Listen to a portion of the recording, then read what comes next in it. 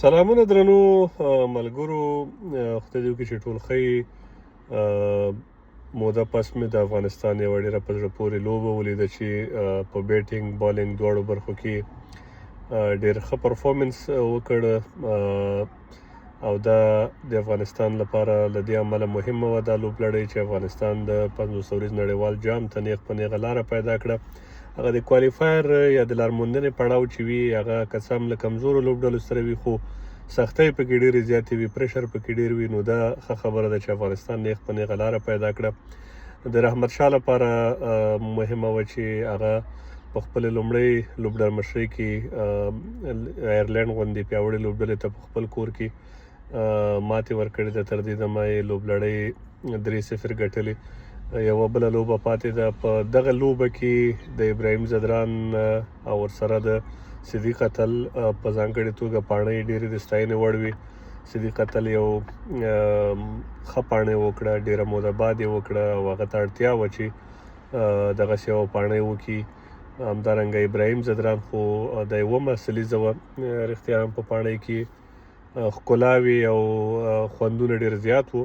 هغه د کرکټ څوک چې د کرکټ ډېر کلوز فالوورز دي، هغه په کرکټ ډېر پوهیږي، نو هغه به د ابراهیم له دې پاڼۍ ډېر خوند اخیستی وي. او د صدیق اتل په پاڼۍ کې هم ډېر خوند و. د دوی دا اوږده ملګرتیا د 230 منډو پارټنرشپ دا د ستاینې وړ دی. افغانستان کولی شو چې دغه ټارګټ تر 380 پورې وغځوي، خو په وروستیو کې بیټسمینانو لکه هر وخت زموږ د میډل او لو اډر بیټسمینان بیا نشي کولی چې هغه پاڼۍ ښه راټوله کړي، یو ښه پای ورته کېږدي. په هر صورت بیا هم یو ښه هدف و، ځکه تر 350 پورې هدف چې وي دا د هر ډول لوبډلې لپاره زیات هدف وي. او په ون ډے کرکټ کې بیا په کار ده چې یوه لوبډله حد اقل نن سبا 310 یا 300 منډې وکړي. د رحمت شاه په یو مرکه کې هم دا ویلي و چې دغه هدف ته چې لوبډله یې په یو ورځنیو سیالیو کې 300 منډې زیات هدف وټاکي او 300 منډې پوره هم کړي.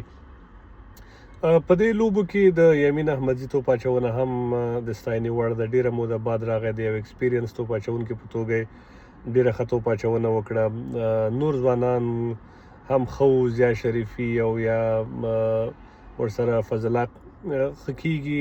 فضل حق ته اړتیا ده چې لږ نور هم په دې خپله توپ اچونه فوکس وکړي. خو د سپینرانو په برخه کې نو راشد خان چې و هغه کمالي و، هغه تر ډېره پورې ښه توپ اچونه وکړه. تر دې دمه لیډینګ وکټ ټیکر ده په ټول سیریز کې، یعنې په بیټینګ بالینګ دواړو کې ډېر اغېزناک ثابت شوی دی. د پخواني لوبډل مشر حشمت الله شهیدي رول لا تر اوسه پورې په لوبډله کې ذکر دی معلوم، چې زمونږ د ټاپ 3 بیټسمینان چې دی هغه پرفارم کوي. نو دی په 5 نمبر لوبې ته اوس راځي. 5 نمبر چې کله لوبه دغسې اینډ ته رسیږي یا 5 شپږ 8 اورونه پاتې، نو تر ډېره پورې بیا درویش و عظمت باندې په له دې امله اعتماد کېږي چې هغه هارډ هیټران دي.